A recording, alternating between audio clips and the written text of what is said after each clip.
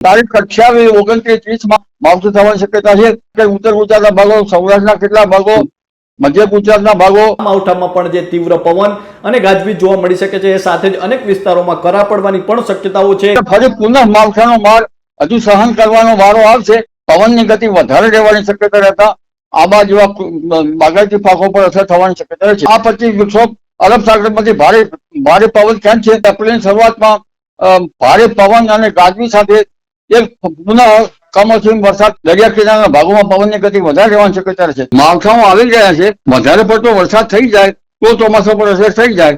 હાલ જોઈએ તો આજે 25 માર્ચનો દિવસ છે ને આમ જોઈએ તો ઉનાળાનો અત્યારે સમય છે. રાજ્યમાં ઉનાળાની શરૂઆત પણ થઈ ચૂકી છે અને ઉનાળાની શરૂઆત થતા જ 18 માર્ચ થી લઈને 20 માર્ચ સુધી રાજ્યના અનેક વિસ્તારોમાં ભારે પવન અને ગાજવીજ સાથે જે માવઠાનો કમોસમી વરસાદ પડ્યો. ખેડૂતોને પણ ઘણા ખેડૂતોને નુકસાન થયું છે.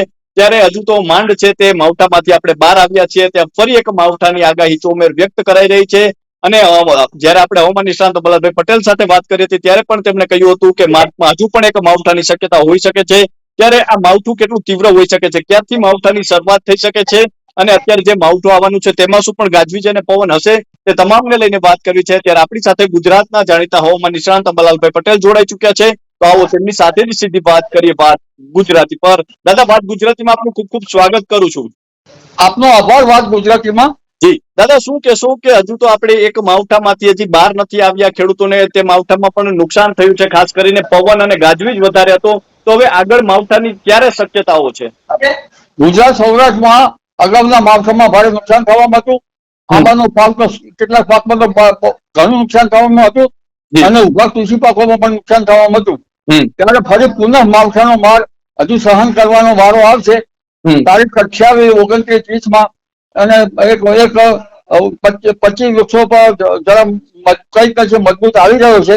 જો તેને જેટ ધારાનો સપોર્ટ મળે તો આ 25 વૃક્ષો અરબ સાગરમાંથી ભારે પવન ખેંચશે. આ ઉપરાંત લગભગ એપ્રિલમાં 8 ને 10 એપ્રિલમાં બંગાળ સાગરમાં પણ હલચલ જોવા મળશે. એટલે આ માર્ચના અંતમાં અને એપ્રિલની શરૂઆતમાં ભારે પવન અને ગાજવી સાથે એક પુનઃ કમોસમી વરસાદ ત્રાટકવાની જરૂર છે. એટલે ખાસ કરી ઉત્તર ગુજરાતના ભાગો, સૌરાષ્ટ્રના કેટલાક ભાગો, મધ્ય ગુજરાતના ભાગો, સાબરકાંઠાના ભાગો, પંચમહાલના ભાગો, અરવલ્લીના ભાગોમાં માવઠું થવાની શક્યતા છે. એટલે આ 10 દિવસ ખેડૂત ભાઈઓ અને જે માલના વેપારી ભાઈઓ જે માર્કેટ યાર્ડમાં માલ પહોંચાડે છે તે અને અન્ય ઉભા કૃષિ પાકો જો ખેડૂત ભાઈઓ હોય તો તેમને આગામી 10 દિવસ સાવચેત રહીને કામકાજ કરવું યોગ્ય રહેશે. અને તારીખ એપ્રિલની શરૂઆત, ત્યારબાદ તારીખ 4 થી લગભગ 8 ની આસપાસ 25 વૃક્ષો વાવવાની શક્યતા રહે છે. 10મી એપ્રિલ થી લગભગ 16 એપ્રિલ પછી પણ 25 વૃક્ષો વાવવાની શક્યતા રહે છે. એટલે એક પછી 25 વૃક્ષો વાવતા દેશનો હવામાન પલટાઈ શકે છે. તેની અસર ગુજરાત ઉપર પણ થઈ શકે છે. પરંતુ જે પવનની ગતિ વધારે રહેવાની શક્યતા રહેતા આંબા જેવા બાગાયતી પાકો પર અસર થવાની શક્યતા રહે છે. હમણાં વાદળો આવવાની શક્યતા રહે છે. એટલે વિષમ હવામાનની વિપરીત અસરના કારણે ખેડૂત ભાઈઓના પાકમાં રોગ આવવાની શક્યતા રહે છે. સુસિયા નામની જીવાત આવવાની શક્યતા રહે છે. એટલે ખેડૂત ભાઈઓએ પાક સંરક્ષણના પગલાં લેવા સારા રહે. જી તો દાદા, જે રીતે આપણી સાથે વાત કરી છે કે 28 થી લઈને 30 માર્ચ દરમિયાન એક પશ્ચિમી વિક્ષોભ છે તે આવી શકે છે અને ત્યારબાદ છે પશ્ચિમી વિક્ષોભ સતત આગામી 10 થી 12 દિવસ ચાલુ રહેવાના છે. ખાસ કરીને ખેડૂતોને સાચવવાની દાદાએ સલાહ આપી છે. દાદા, હવે જોઈએ તો જે 28 થી 30 દરમિયાન જે માવઠું આવવાનું છે તેમાં આપણે વિસ્તારની વાત કરી, પરંતુ ખાસ કયા એવા જિલ્લાઓ છે જેમાં સાચવીને રહેવું પડે તેવી શક્યતાઓ છે? ખાસ કરીને રાજસ્થાનના સંલગ્ન ભાગો, એમાં સાચવીને રહેવાની શક્યતા રહે છે. અને પૂર્વ ગુજરાતના ભાગો અને સૌરાષ્ટ્રના પશ્ચિમ સૌરાષ્ટ્રના ભાગો, બિલકુલ, અને સૌરાષ્ટ્રના અન્ય ભાગો કઈ ત્યાં એટલે સાચવીને રહેવાની. ત્યાં હવામાનને જોઈને કૃષિ કાર્યો કરવા સારા રહે. દાદા, આ જે માવઠું આવી શકે છે 28 થી 30 માર્ચ દરમિયાન, તો તેમાં પવન કેવો જોવા મળી શકે છે? પવનની ગતિ કેટલી હોઈ શકે છે? પવનની ગતિ તો દેશના ભાગોમાં 60 થી 70 કિલોમીટરની પવનની રહે છે અને રાજ્યના ભાગમાં 40 કિલોમીટર તો ક્યાંક 50 કિલોમીટરથી પણ વધારે રહેવાની શક્યતા રહે છે. કચ્છમાં પવનની ગતિ વધારે રહેવાની શક્યતા રહે છે. દરિયા કિનારાના ભાગોમાં પવનની ગતિ વધારે રહેવાની શક્યતા રહેશે. એટલે એક માવઠાનો માર, ગર્જના, કરા પડવા અને પવનની ગતિ, શક્ય પવનના તોફાનો, આ બધી બાબતોથી સાવચેત રહેવું ઈચ્છ રહે. જી દાદા, કરા પણ શું પડી શકે છે? સામાન્ય ગરમી પડતી હોય છે ઉનાળા, એટલે ઠંડા પવનો અને ગરમ પવનો ઉપર ચડતા જે બરફના કરા જરા પ્રેસિપિટેટ થતા કરા બની જતા હોય છે, ભારે વજન થતા તે નીચે આવી જતા હોય છે.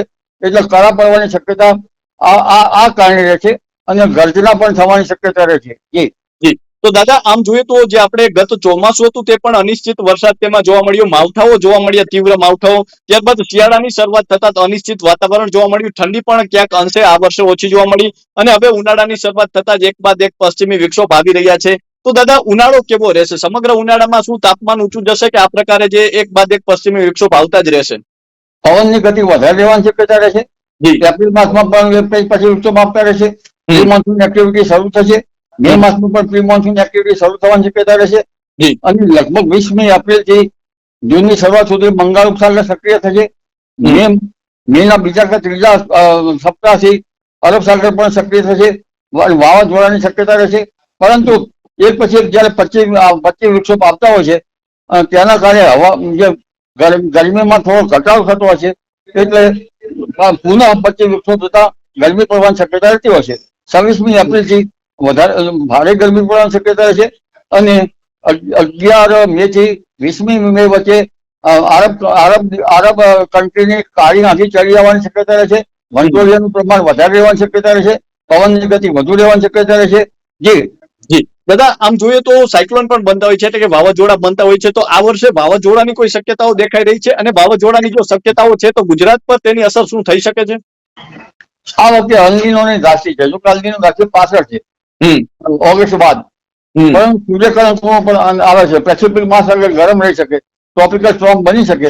એટલે અરબ સાગરમાં લગભગ મે મહિનાની આખરથી 20મી જૂન સુધીમાં કંઈક હલચલ જોવા મળે, પછી તો ચક્રવાત બનવાની શક્યતા ગણી શકાય. જી દાદા, આમ જોઈએ તો અત્યારે જે માવઠાઓ પડી રહ્યા છે તેમાં આટલો બધો પવન શા માટે આવી રહ્યો છે? પવન જેટ ધારાની સાનુકૂળતા અને એની ફટાફટ અરબ સાગરનો ભેજ ખેંચાય છે, એના કારણે આ બધી ગતિવિધિ થઈ રહી છે. દાદા, શું કહેશું કે આમાં ખેડૂતોને નુકસાન થવાની કેટલી ભીતિ રહેશે આવનારું જે માવઠું છે તેમાં? આંબાવાળીના પાકને નુકસાન થવાની મુખ્ય શક્યતા રહેશે. જી દાદા, શું કહેશું કે હવે જોઈએ તો જે આવનારું જે માવઠું છે તેમાં ગાજવીજ પણ જોવા મળશે? ગાજવીજના કરા પણ જોવા મળવાની શક્યતા ખરી. જી તો દાદા, શું કહેશું કે હવે આપણે જોઈએ તો ઉનાળામાં છીએ તો તાપમાન છે તે હવે ક્યારે ઊંચું જશે અને હીટવેવ ની કોઈ શક્યતાઓ છે કે કેમ? હમણાં ગરમી પડશે, પણ 26 થી 28માં ગરમી ઘટવાની શક્યતા રહે છે. જી અને સમગ્ર ઉનાળા દરમિયાન હીટવેવ ની કેટલી શક્યતાઓ છે દાદા? 26 એપ્રિલ પછી ગરમીની વધારે શક્યતા છે. મે મહિનામાં ગરમીની વધારે શક્યતા છે. પણ જેવો વરસાદ આવ્યો પ્રી મોન્સૂન એક્ટિવિટીનો, એટલે ગરમીમાં વધઘટ થવાની શક્યતા રહેશે. તો દાદા, પ્રી મોન્સૂન એક્ટિવિટી આ વર્ષે વહેલી થાય તેવું લાગે છે? પ્રી મોન્સૂન એક્ટિવિટી તો એપ્રિલ મહિનામાંથી શરૂ થઈ જવાની શક્યતા રહેશે. દાદા, ચોમાસું પણ શું આ વર્ષે વહેલું આવે તેવું લાગે છે? ચોમાસું તો આવશે, પણ પાછો તો વરસાદ ઓક્ટોબર સુધી ચાલુ રહેવાની શક્યતા રહેશે. તો દાદા, જે અત્યારે આ માવઠા આવી રહ્યા છે તેની ચોમાસા પર કોઈ અસર પડશે કે કેમ? માવઠાઓ આવી રહ્યા છે, તેની જો વધારે પડતો વરસાદ થઈ જાય તો વરસાદનો ગર્ભ બની જાય. તો તેની અસર ચોમાસા પર શું પડશે દાદા? વધારે પડતો વરસાદ થઈ જાય તો ચોમાસા પર અસર થઈ જાય તો ચૈત્ર મહિનો ચોખ્ખો રહેવો જોઈએ. જી તો દાદા, અમારી સાથે જોડાવા બદલ અને આપનો કિંમતી સમય આપવા બદલ ખૂબ ખૂબ આભાર. તો આ હતા ગુજરાતના જાણીતા હવામાન નિષ્ણાંત અંબાલાલભાઈ પટેલ, અને તેમણે જે રીતે વાત કરી છે કે અત્યારે જોઈએ તો આગામી 28 થી 30 માર્ચ દરમિયાન રાજ્યમાં એક માવઠાની શક્યતાઓ છે. આ માવઠું છે તીવ્ર માવઠું હોઈ શકે છે, અને તેમાં પણ જે રીતે આપણે 18 થી 20 માર્ચ દરમિયાન જે માવઠામાં પવન અને ગાજવીજ જોયું હતું તે પ્રમાણે જ આ માવઠામાં પણ જે તીવ્ર પવન અને ગાજવીજ જોવા મળી શકે છે. એ સાથે જ અનેક વિસ્તારોમાં કરા પડવાની પણ શક્યતાઓ છે.